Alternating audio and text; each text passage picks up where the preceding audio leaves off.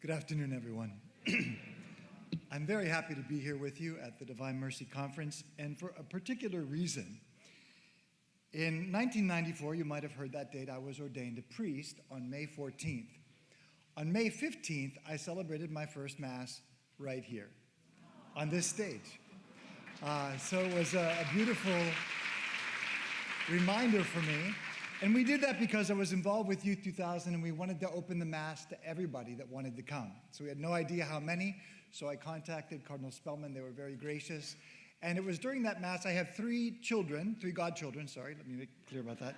Three godchildren, who were all three pro-life saves. And they brought up the gifts that day, and I was thinking about that a little bit as Abby was sharing her testimony, the significance of a human life, the impact of a human life, and how really the world is different through the gift of each one of these lives. So today, I would like to speak to you on the topic of blessed are the merciful, mercy in motion, okay, mercy in action. And in Lent, of course, many of you are daily Mass goers, we hear a lot of challenging passages from sacred scripture. And they're supposed to be that way, to kind of startle us, to invigorate us, to shake us up a little bit. And many of the readings, in particular the Gospels, have to do with the three fundamental Christian practices of Lent, which are prayer, fasting or sacrifice, and almsgiving or mercy. These are the three fundamental practices that we're asked to pay special attention to intensify. And very beautifully, tomorrow, or actually I think, are we doing Sunday's Mass this evening? Yeah. We're going to hear the gospel of the woman caught in adultery. What an incredible, amazing, almost scandalous gesture of mercy on the part of Jesus. He recreates this woman before our very eyes, restores her dignity, defends her against those who are accusing her. And this is characteristic of many of the passages about mercy. There's this beautiful, breathtaking, amazing act of mercy, and yet there's this shadow in the background. There's another side, the possibility of unmercy, of the absence of mercy. We saw that last week in the parable of the prodigal son, right? The older brother, and in some of the paintings, he's lurking in the shadow. Right? So the mercy of the father is contrasted with the unmercifulness of the older brother. The mercy of Jesus is contrasted with the unmercifulness of the Pharisees. And that's there on purpose, brothers and sisters, because it's meant to be an examination for us. How merciful or unmerciful is my heart? And Jesus, of course, is a good teacher. He knows that it's not enough just to give a discourse or a lesson or to keep it in the abstract or theoretical.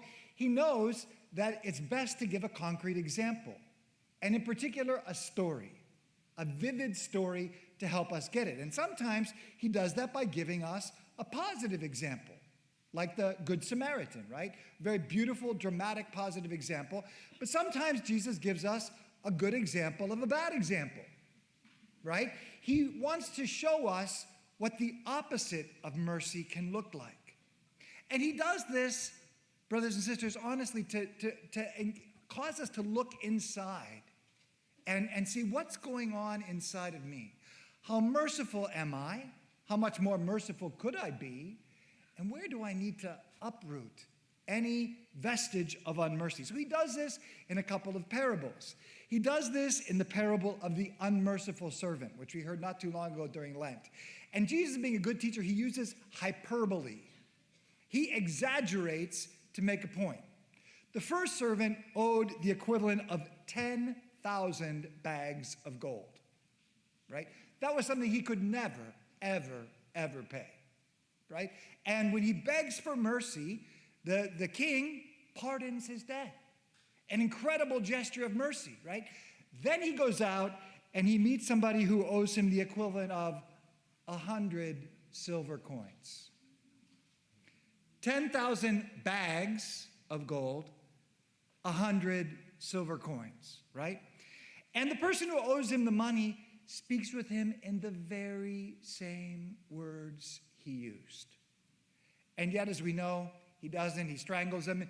And Jesus, it's actually almost even a little bit humorous when you think about it, but it's meant to show us just how beautiful mercy is, but how ugly and distorted and actually ultimately inhuman unmercifulness is.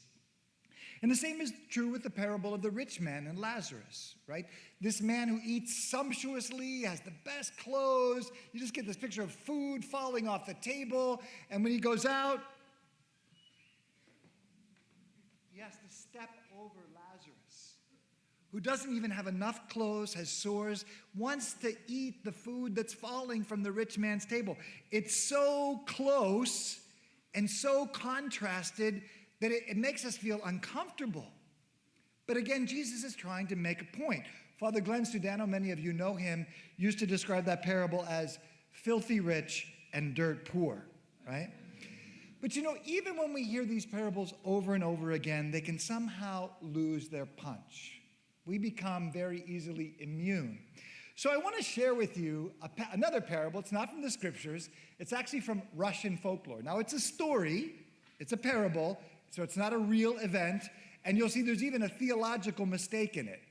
But it makes a point. It's called the parable of the onion. And Fyodor Dostoevsky, in his great book, The Brothers Karamazov, one of the favorite novels of Pope Benedict XVI, incorporates this story into his novel. This is how it goes. Once upon a time, there was a peasant woman, and a very wicked woman she was, wicked as wicked could be. And she died. And she did not leave a single good deed behind. And so the devils caught her and plunged her into the lake of fire. So her guardian angel stood and wondered, what good deed of hers could he remember to tell God? She once pulled up an onion in her garden, said he, and gave it to a beggar woman. And God answered, you take that onion then, hold it out to her in the lake, and let her take hold of it and be pulled out. And if you can pull her out of the lake, let her come to paradise. But if the onion breaks, then the woman must stay where she is. The angel ran to the woman and held out the onion to her. Come, said he, catch hold and I'll pull you out. He began cautiously pulling her out.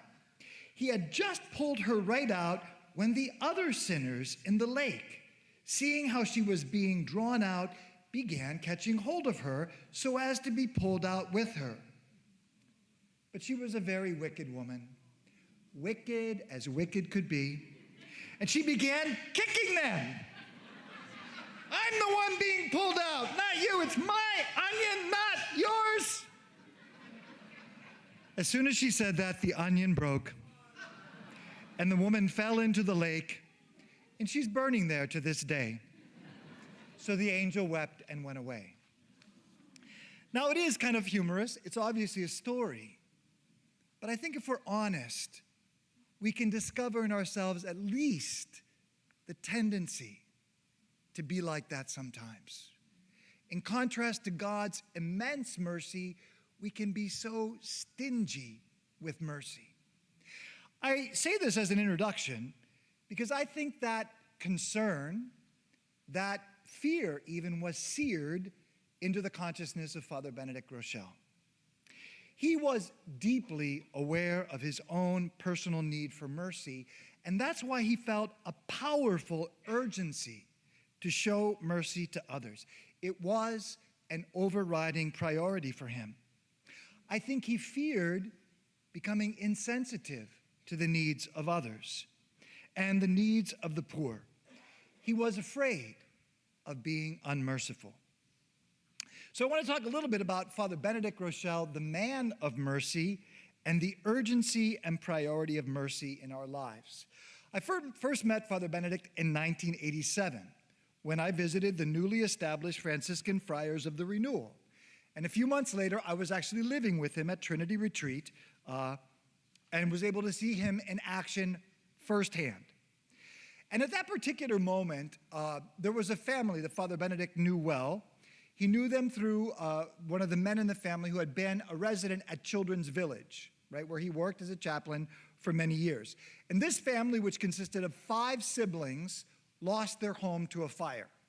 So these 5 adult siblings, their children, and in some cases their grandchildren, were scattered across New York City into shelters, provisional housing, friends, etc. And I had the privilege and the challenge of working with Father Benedict to try to relocate them. That was only one of hundreds of cases that Father Benedict did throughout his entire priestly life, always behind the scenes. This family had faced a lot of difficulties: poverty, mental illness, developmental difficulties, unemployment. But amazingly, the youngest daughter was, for a time, a postulant with the Missionaries of Charity. She left and was in a car accident, and before she died, she was offering her suffering for the needs of the church. And so this relationship of Father Benedict dates back, and if I could ask for the first slide, to his time at Children's Village. That's where he was sent shortly after being ordained. And this picture hangs in the chaplain's office at Children's Village. And I took a picture of it because it's always moved me. You can tell the young man is poor. He's been placed there because of difficulty, and you can see the attentiveness on Father Benedict's face. That experience shaped him because through these boys, he got to know many, many, many families that lived in terrible situations of poverty, which is why he began his practice every year of distributing food and sometimes gifts at Thanksgiving, Christmas, and Easter. Maybe we can go to the next slide, please. This picture appeared on the cover of the New York Times on November 25th, 1994, the year of my ordination. And it shows Father Benedict doing what, again, he had done hundreds of times without photographers, and that is giving food to the poor, going out on the street, often late at night, at the end of a long day, because he knew that people were hungry. He knew that they were suffering. He wanted to show them mercy because he knew that he needed God's mercy. And it was really at Father Benedict's urging that shortly after we were formed as a community in 1987, and there was so much to do, but he insisted, urged, almost required us to open our shelter for the homeless, Padre Pio Shelter, on December 23rd, 1987. Could we see the next slide, please? That's a close one of Father Benedict giving the food. The next one. This is the original Padre Pio Shelter. On December 23rd, 1987, we welcomed 16 homeless men from the street into the former convent building of St. Adalbert's. Father Benedict took many of the overnight shifts there. And this was something because he had been so deeply shaped by mercy.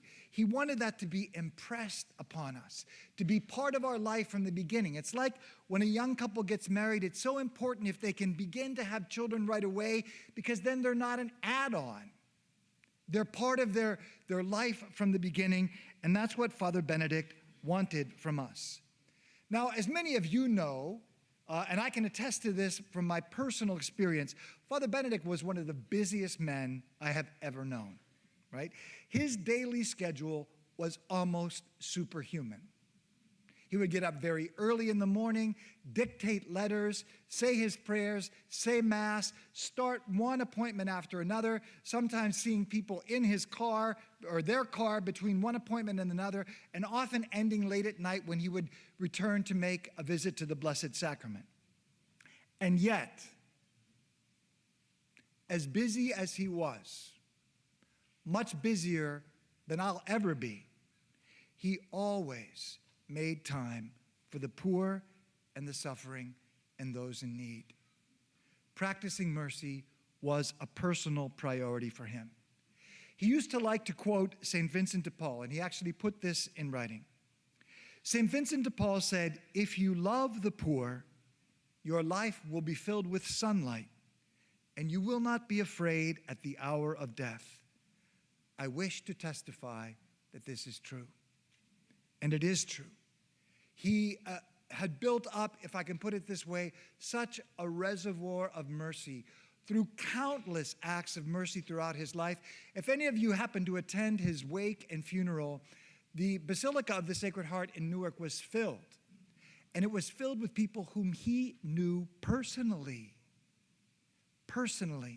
had touched, accompanied, healed, confessed, just walked with them on the journey of life.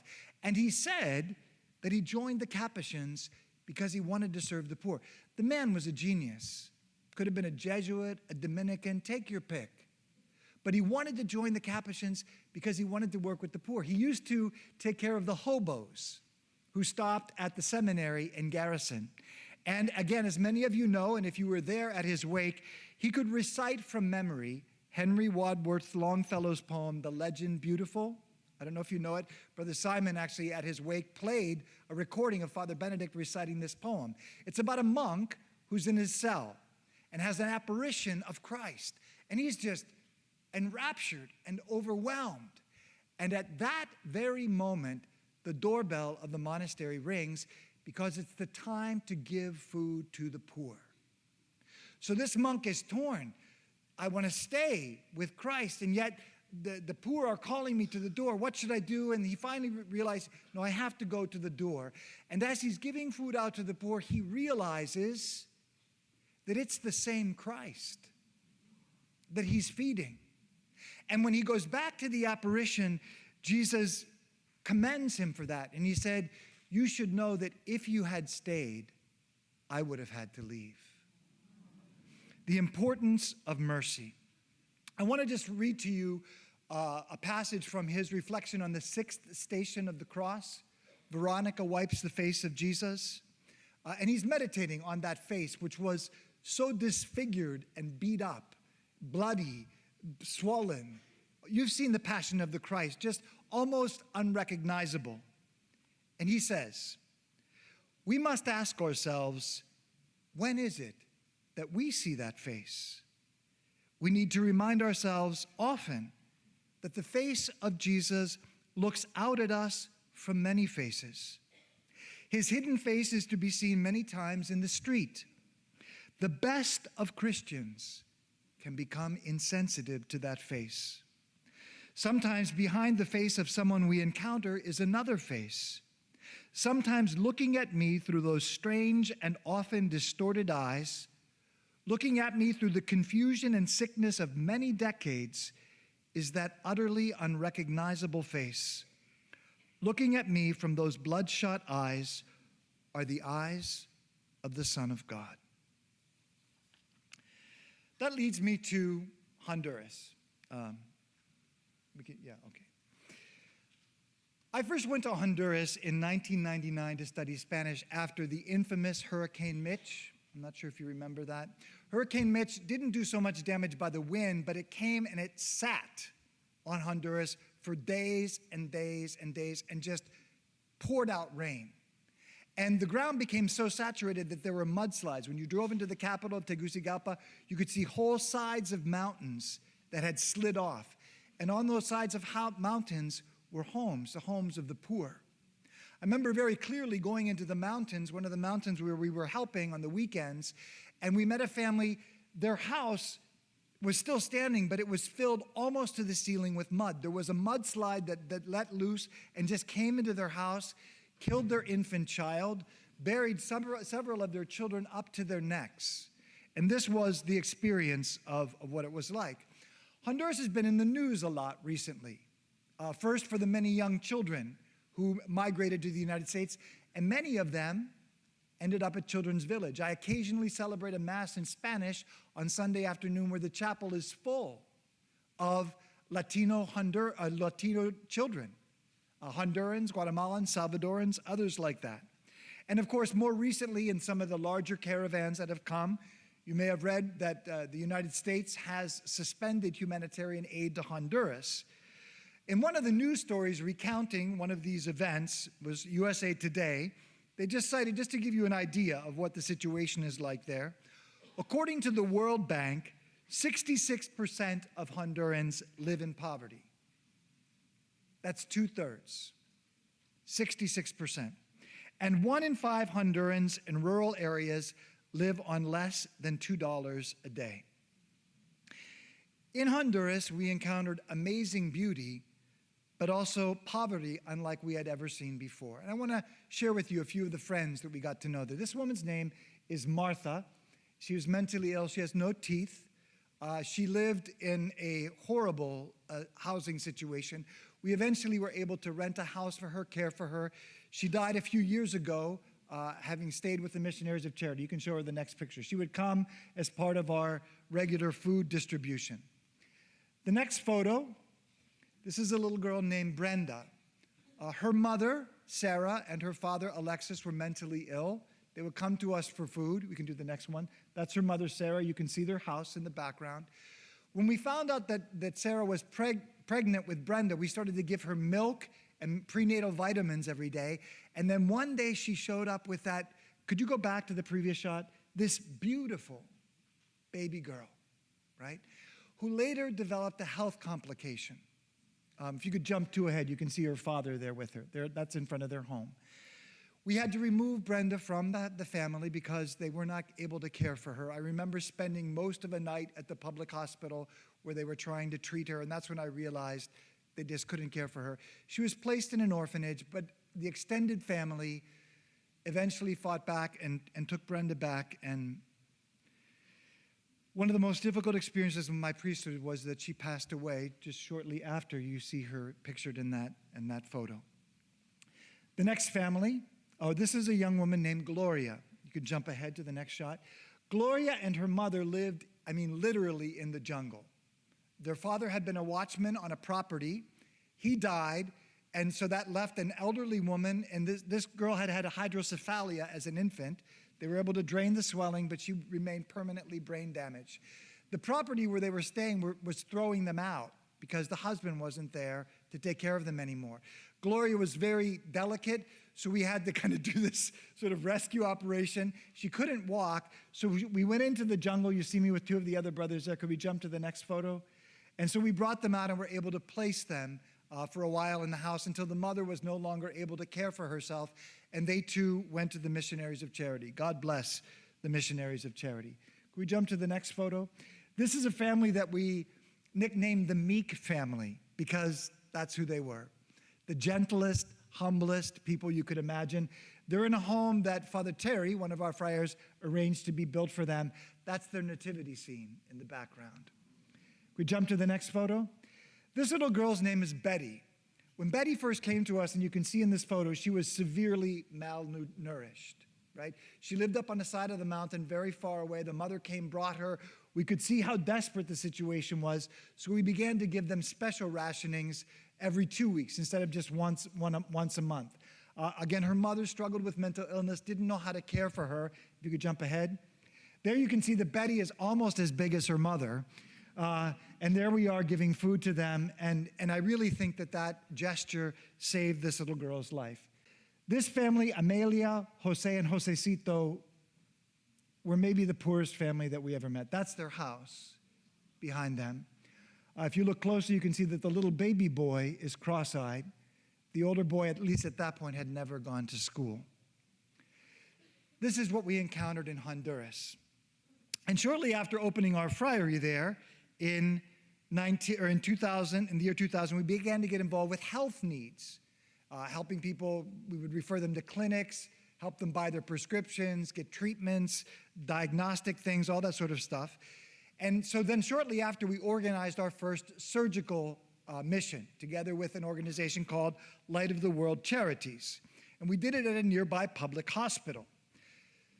But then in 2002, something really disturbing happened. We experienced one after another the unnecessary and preventable deaths of two children. One was an 18-year-old baby boy who died of respiratory difficulties, and the other was a 14-year-old boy from a mountain village who died of dengue. Both of them had been admitted to the hospital and inadequately treated.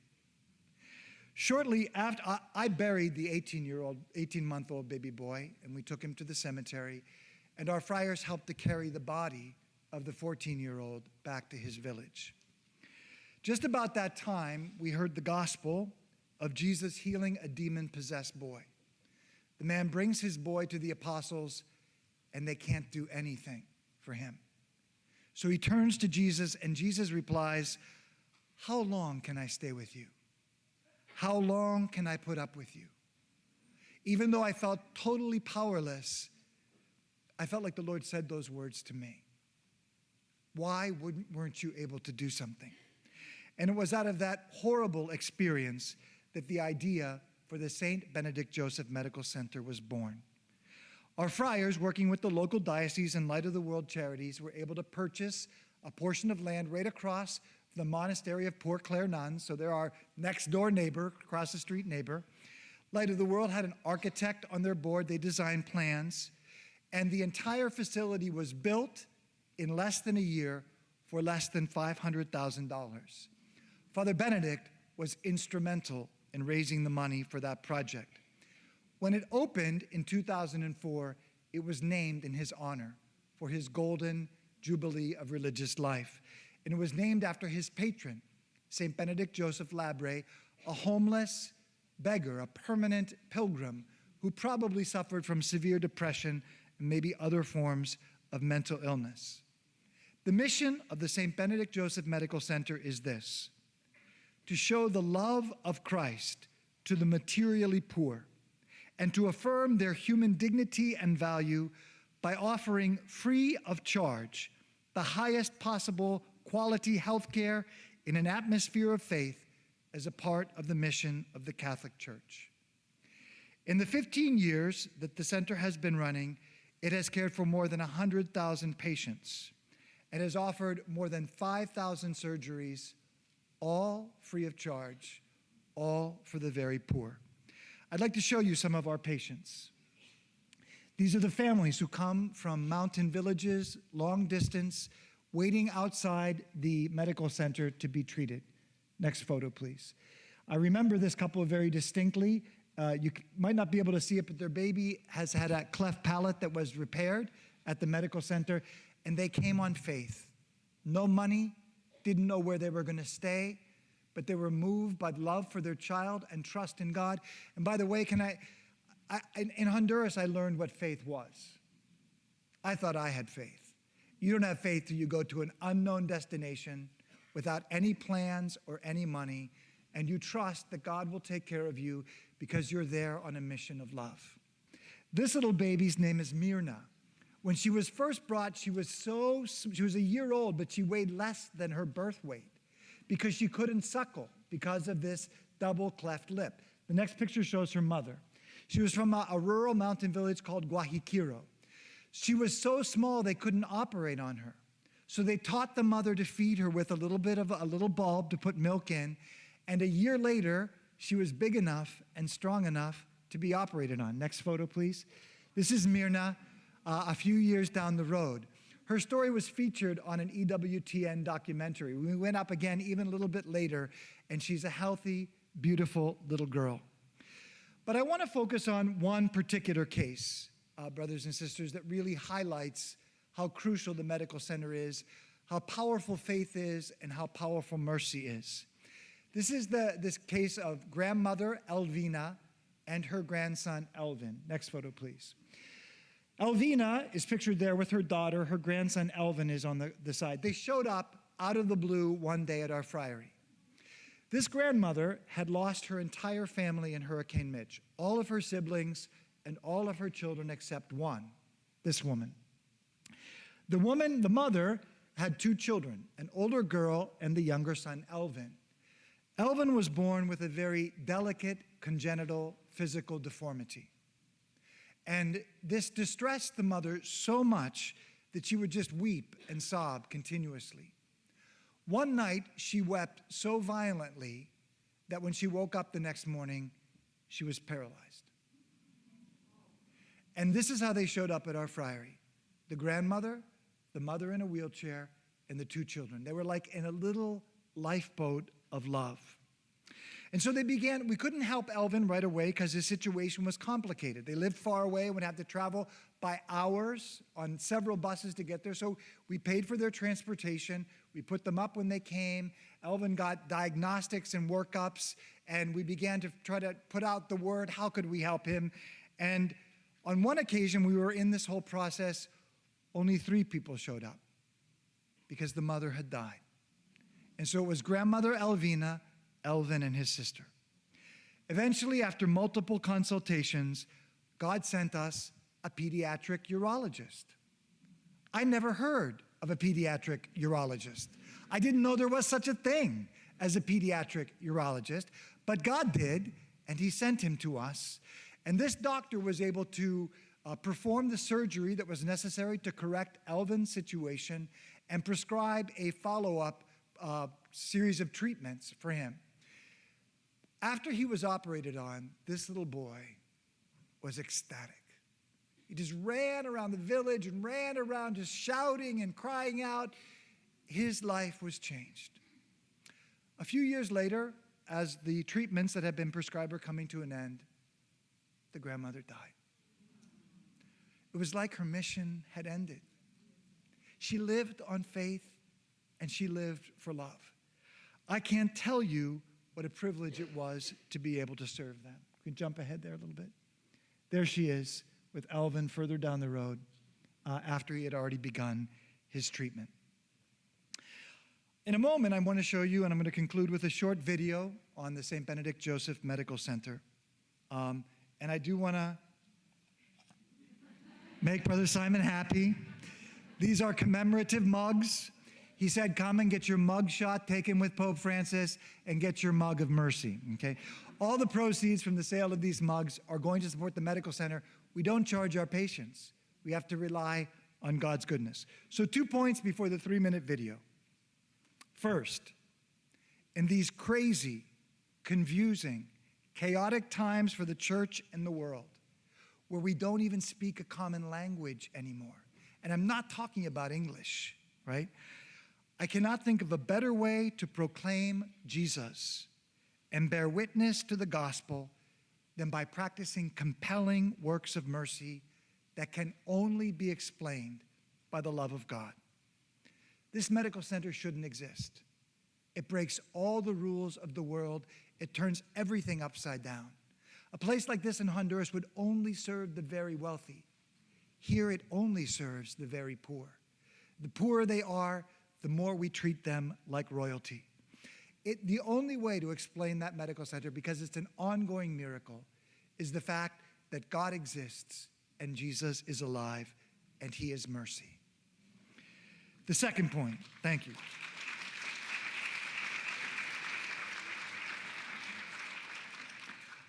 I can't think of a better legacy, a better memorial, a better way of honoring Father Benedict Groeschel, who gave himself tirelessly in mercy for the poor and the church, who gave himself to the last drop.